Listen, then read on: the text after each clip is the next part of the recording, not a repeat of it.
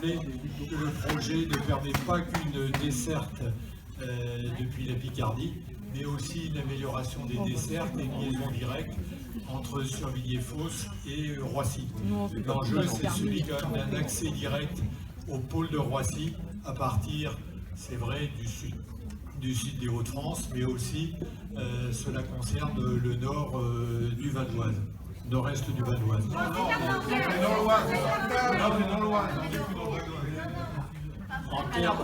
Pour répondre à monsieur le maire, je rappelle quand même qu'au niveau du projet, on a une desserte, vous voyez, TGV, mais encore une fois, on est dans un équilibre qui est minoritairement TGV avec une desserte prévue de 2 allers-retours TGV. Et nous avons des TER Roissy-Picardie qui sont prévus avec une desserte plus fournie entre Creil et Roissy, vous le savez, et des arrêts intermédiaires à Chantilly et à Survilliers-Fosse. Donc il y a un enjeu de desserte du nord-est du Val d'Oise qui est présent dans le projet. Encore une fois, le projet, c'est un maillage du réseau ferroviaire, donc on est dans la configuration générale du réseau. Il apporte malgré tout, à sa mesure, un avantage également pour le nord-est du Val d'Oise. Il ne répond pas bien sûr à l'ensemble des enjeux du Val d'Oise. Je renvoie peut-être à ce qui a été dit au niveau de la réunion de Fosse, que nous rappelions aussi dans le dossier de concertation. Il y a des enjeux extrêmement importants, on le sait, pour ce territoire, en termes d'amélioration des mobilités. Il y a des investissements très lourds, qui sont menés sur ce point-là.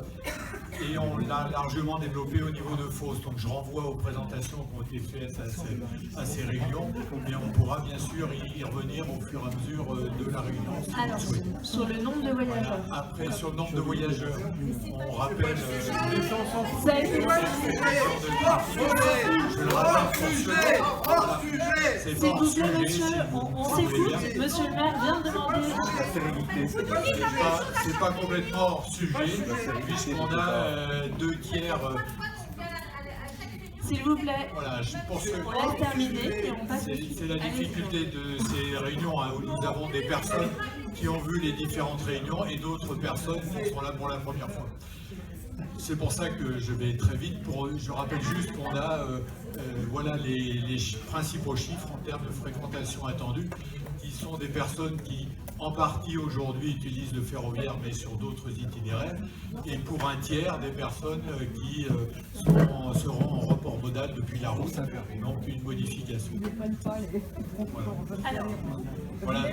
Donc, bien entendu, on pourra y revenir si nécessaire. Et je renvoie aussi à toutes les présentations qui ont été faites, notamment à Fosse, qui montrent quand même les projets d'investissement et de modernisation au niveau du territoire. Alors, merci, monsieur Bell. Pour les 2 mots. J'oserais dire qu'il y a 2 choses. Il y a ce que vous ressentez, vous avez tout à fait le droit de le ressentir.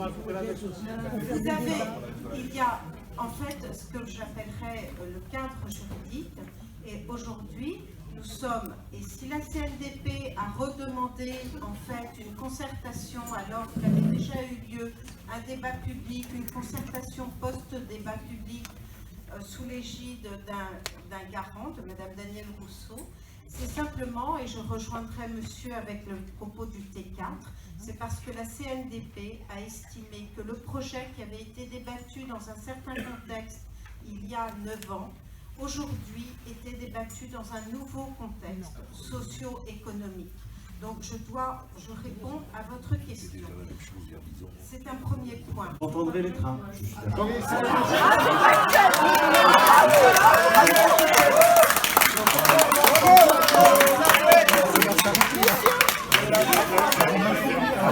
d'accord. Vous comprenez une chose, s'il vous plaît. Ce que vous présentez, c'est très beau.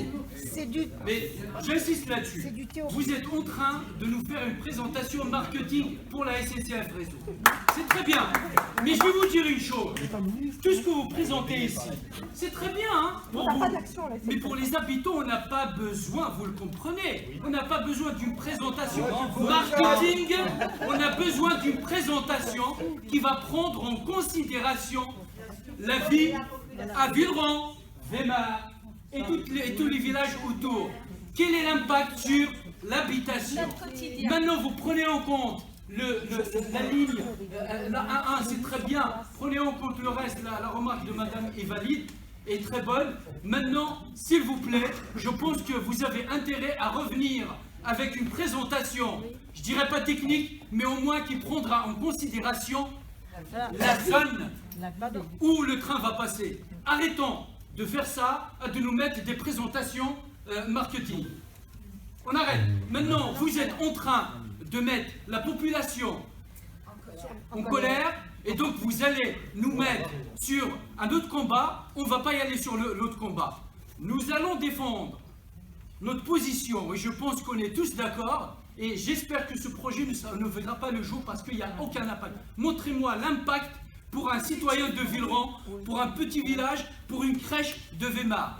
Voilà. Quel est l'intérêt pour le gamin qui va sortir, qui va naître ici, qui va vivre avec toutes les nuisances que vous avez générées? Et j'aimerais, à ce projet-là, sortir de votre présentation marketing et nous remettre les chiffres.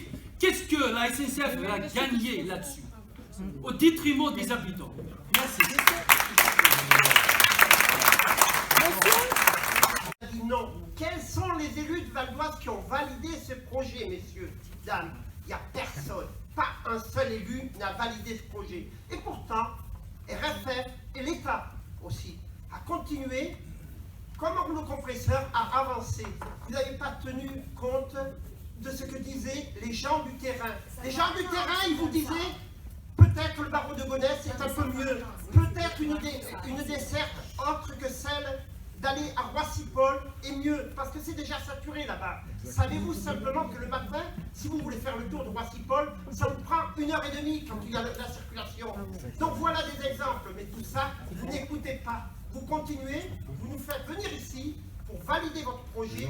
Je vous dis simplement, revenez en arrière, repensez votre projet, et ainsi peut-être vous aurez une population qui sera à votre écoute et réceptive. Merci à vous.